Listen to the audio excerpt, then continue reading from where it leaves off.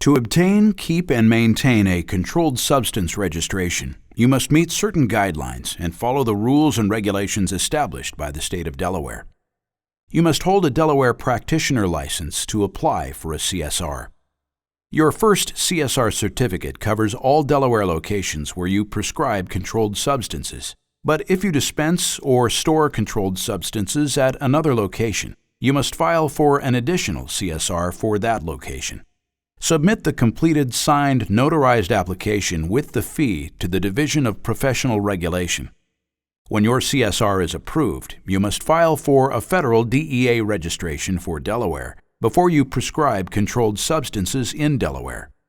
If you dispense more than a 72-hour supply of a controlled substance, you must report it to the Delaware Prescription Monitoring Program. You must complete this mandatory webinar, which includes information on safe prescribing, as well as Delaware law, regulation, and programs. First, we will cover the specific rules for issuing controlled substance prescriptions. In order to issue prescriptions for controlled substances, there must be a legitimate reason for prescribing controlled substances.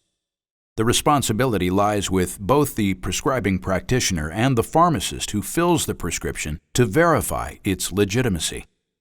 Both the prescribing practitioner and the pharmacist will be held accountable for their actions, even if one of their agents prepares the prescription. The prescription must be dated for the day it is issued and include the full name and address of the patient, the practitioner's full name, address, phone number, and registration number, the practitioner's signature, and it must be manually signed when an oral order is not permitted. Each prescription must be written for a specific individual at point of care and not for the purpose of providing a supply for general dispensing. Practitioners may not prescribe controlled substances to persons engaged in substance abuse or misuse unless authorized by law. There are limitations on the expiration of prescriptions. Schedule 2 and 3 prescriptions will become void unless dispensed within 7 days of the original prescription date. Also, part of Rule 4 are dosage limitations. Schedule 2 and 3 prescription dosages cannot exceed 100 units or a 31-day supply, whichever is greater. Here are 3 examples of the appropriate dosages that meet dosage unit limitations.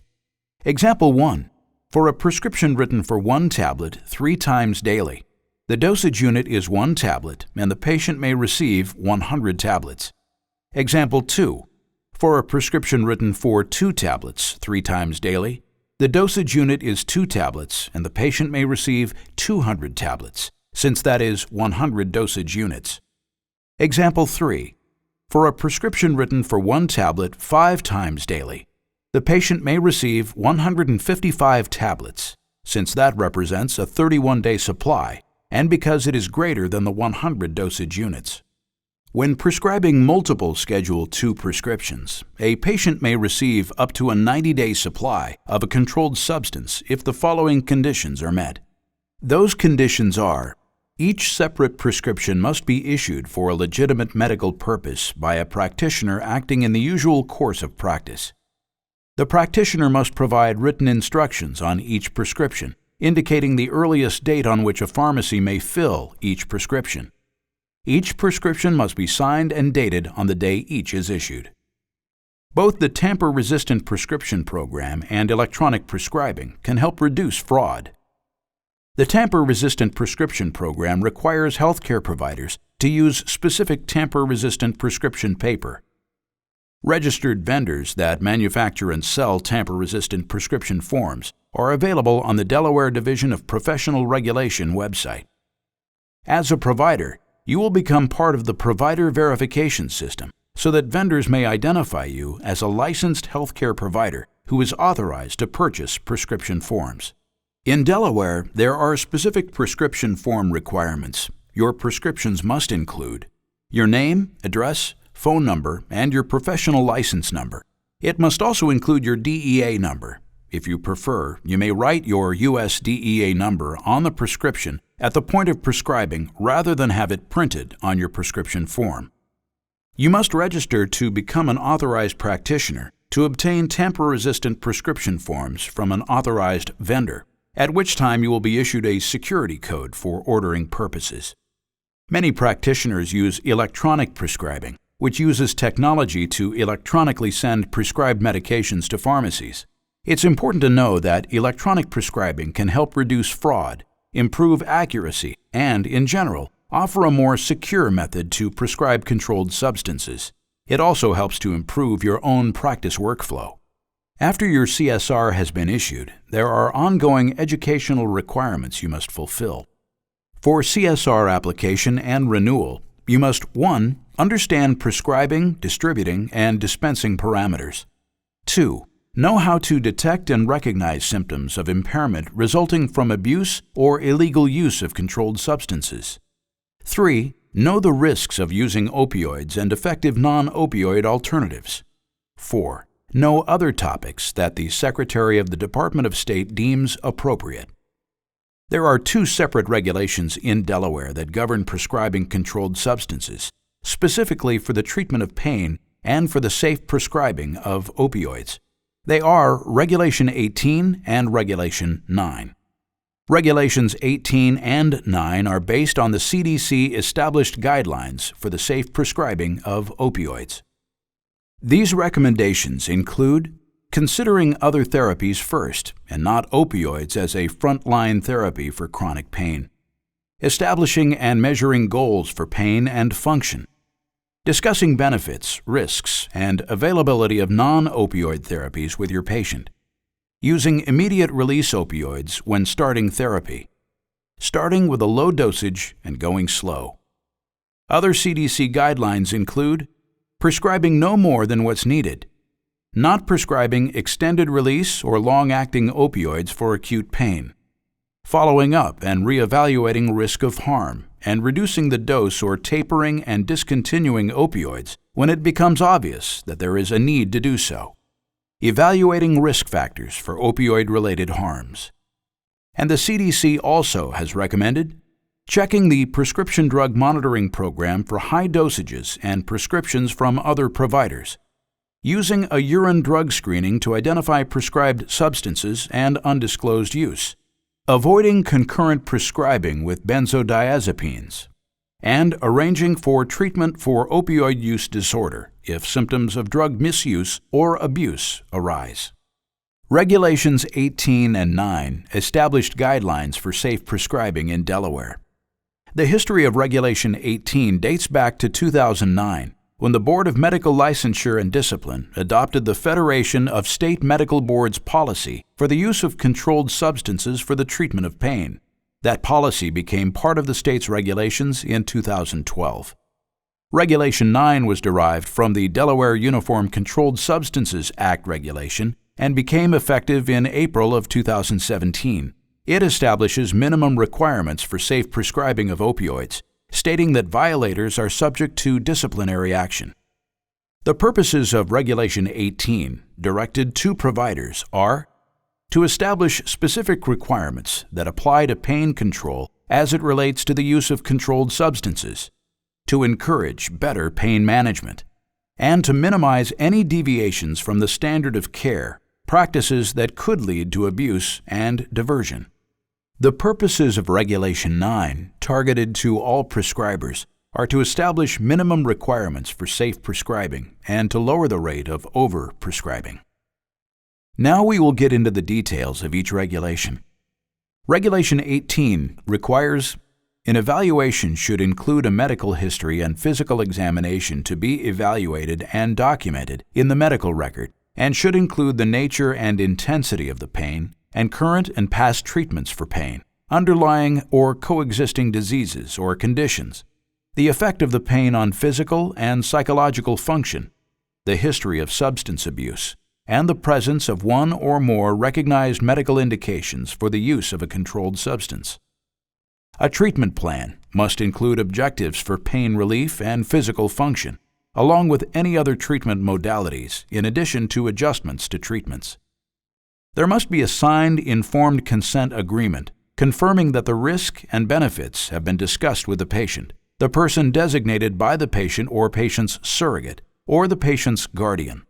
If the patient is at high risk for medication abuse or has a history of substance abuse. A treatment agreement must also be written between practitioner and patient and should include urine serum medication level screenings, number and frequency of prescription refills, reasons for discontinuing, drug therapy, and the requirement that the patient receive a prescription from only one provider and one pharmacy when possible. A continual review must be conducted of a patient's health and status of objectives outlined in the treatment plan, including information from family and caregivers. If patient's health and quality of life are not improving, the provider should reassess the treatment plan and look for alternative modalities. Consultations involving further evaluation may be necessary, especially where there is a risk of misuse, abuse, or diversion. These patients may require additional efforts in monitoring and documentation. And the practitioner must keep accurate, complete, current, and accessible medical records and add vital signs as clinically appropriate. At the very least, providers who regularly treat patients for chronic pain must educate themselves about the current standards of care as they apply to those patients. Regulation 9 applies to two different types of pain treatment. For acute pain, which is defined as treatment for an acute injury or procedure for which treatment lasts less than 90 days, and for chronic pain, which is defined as pain that needs treatment for greater than 90 days. Regulation 9 exempts patients who are in hospice care, in active cancer treatment, are experiencing cancer-related pain, are terminally ill, or are hospital patients who, during their stay, may be issued a prescription at discharge as long as it is written for a quantity of 7 days or less. Regulation 9 requires you to conduct a physical examination when prescribing opioids for acute and chronic pain for more than 7 days. Get relevant information such as the patient's history. Explain the risks of opioids. Discuss alternative non-opioid treatments. Determine if medications are contraindicated. Regulation 9 also requires a written informed consent agreement to be signed by both you as the prescriber and the patient or the patient's proxy that includes information on the potential for addiction, abuse, and misuse, stated risks of life-threatening respiratory depression, statement of overdose potential due to accidental exposure, especially with children, and the risk of fatal overdose when opioids interact with alcohol or other drugs, such as benzodiazepines, neonatal withdrawal symptoms. Regulation 9 also requires a written treatment agreement to be signed by both you as the prescriber and the patient or the patient's proxy that may include an agreement to have the same provider or practice prescribed to the patient, recommended dosages and protocols to be followed, reasons why medication may be tapered or discontinued, an agreement to adhere to a fluid drug screening every 6 months. A violation of the agreement may result in action such as a change to the treatment plan or a referral to a pain specialist or addiction program. We offer a reference tool on helpisherede.com in the Prescriber Download section. This is a valuable at-a-glance tool for you to have available at your practice so that all prescribers understand and comply with the requirements for opioid prescribing in Delaware. As a prescriber, you must be aware of the text of Regulations 18 and 9. To review them in their entirety, visit helpisherede.com. As mentioned earlier in this webinar, you will also find a sample informed consent and treatment agreement on the Help Is Here DE website. Tapering and discontinuing opioid therapy should be your ultimate goal. To avoid continued risk to patients who are prescribed opioids, prescribers should follow up regularly with patients to determine whether opioids are helping to meet treatment goals and whether opioid dosages can be reduced or discontinued. Consider tapering when patients aren't seeing any improvement, are taking dosages of 50 mmes per day or higher without benefit, are combining opioids with benzodiazepines, are exhibiting signs of substance abuse disorder, have overdosed or had another adverse event, are showing signs of overdose risk such as slurred speech or confusion. You can download a tapering and discontinuing therapy fact sheet on helpisherede.com. If you have patients who are resistant to tapering, there are resources that can help guide you on how to motivate them. Tell your patients about the importance of safely disposing of prescription drugs to protect our families, friends, community, and environment. Talk to your patients about safely disposing unused medications. Explain that unused prescriptions can be stolen and used by others. Medications can also be taken by accident. Patients should always follow recommendations to dispose of drugs and not flush them. There are drop boxes in all 3 counties in most municipal police departments and pharmacies to dispose of drugs safely. Drug deactivation pouches can be obtained at pharmacies. More disposal options continue to be offered. For a list of drug drop box locations and for more information about the safe disposal of drugs, visit helpisherede.com. According to national data, nearly 1/4 of patients seeking routine hospital care have an active addiction. Many people go untreated for substance use disorders due to a lack of screening and diagnosis. Addiction is a serious disease. Once you identify a patient with an addiction, early referral to treatment is critical. Treatment may include medically assisted treatment, which has been proven to lead to better outcomes. There's a growing capacity to treat addiction in Delaware. Carefully co-managing pain care for those who are suffering from addiction is essential to helping a patient recover. Routinely screening your patients for substance use disorder can help uncover some of the signs of addiction that will indicate a need for intervention. Screening for substance abuse, including alcohol, illegal drugs, and prescription medications, should be a regular part of healthcare. Signs of addiction include frequent returns with pain that requires controlled substance prescriptions, frequent requests for pain prescription refills, requests for lost drugs, a drug screening test that shows a substance use problem, prescription monitoring program showing multiple provider requests.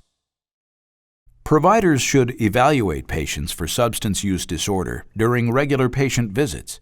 Those patients who have been prescribed opioid therapy should be evaluated more often. The 2 screening tools most often used include SBIRT, which stands for Screening, Brief Intervention, and Referral to Treatment, and the CAGE and CAGE-AID questionnaire. SBIRT is an evidence-based practice used to identify, reduce, and prevent problematic use, abuse, and dependence on alcohol and illicit drugs.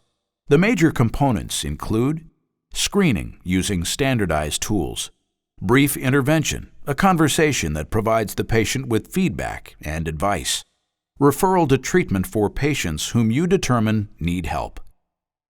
The CAGE and CAGE-AID questionnaire helps to identify a substance abuse problem by asking patients a few simple questions and then applying a number to yes or no answers to determine if there is a problem.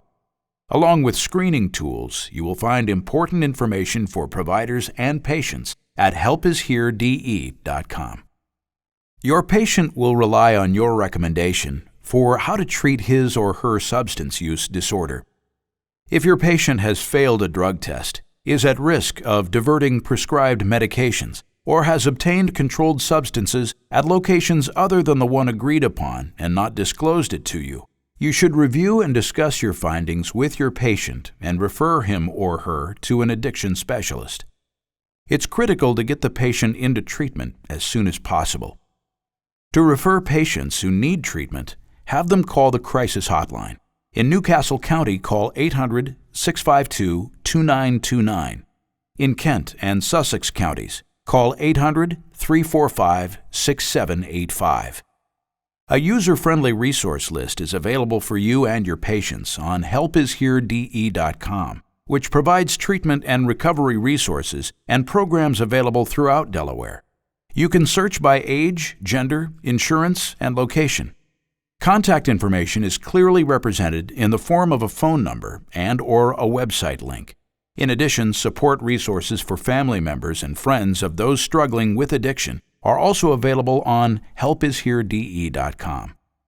The Delaware Treatment and Referral Network, also known as DTRAN, is being introduced to practices and emergency departments throughout Delaware.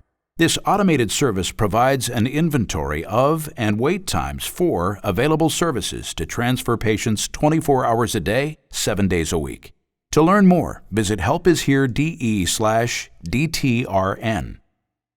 As referenced throughout this webinar, resources available at helpisherede.com include fact sheets, tools, and valuable information from the Centers for Disease Control and Prevention, the Delaware Division of Public Health, and the Delaware Division of Substance Abuse and Mental Health, as well as other reliable, authoritative sources. Hello, my name is John Goodall. I am the chair of the Safe Prescribing Subcommittee of the Addiction Action Committee. I'm a Medical Society of Delaware representative to these groups, and I'm also a palliative care doc in the community. I'd like to thank you all for viewing this webinar in which you heard about the opiate abuse problem, both in Delaware and nationally. You also were given some information about safe and effective opiate prescribing, including best practices and guidelines, both state and national, especially the importance of communication and setting realistic expectations with your patients about chronic pain management. You also heard information about screening, identification, and referral to treatment of patients with substance use disorder. We ask that you please provide constructive feedback for this webinar by going to the website helpisherede.com and under the Provider section completing the feedback form. Through safe and effective opiate prescribing and timely referral of patients with substance use disorder for treatment, we can and will reduce the opioid abuse problem.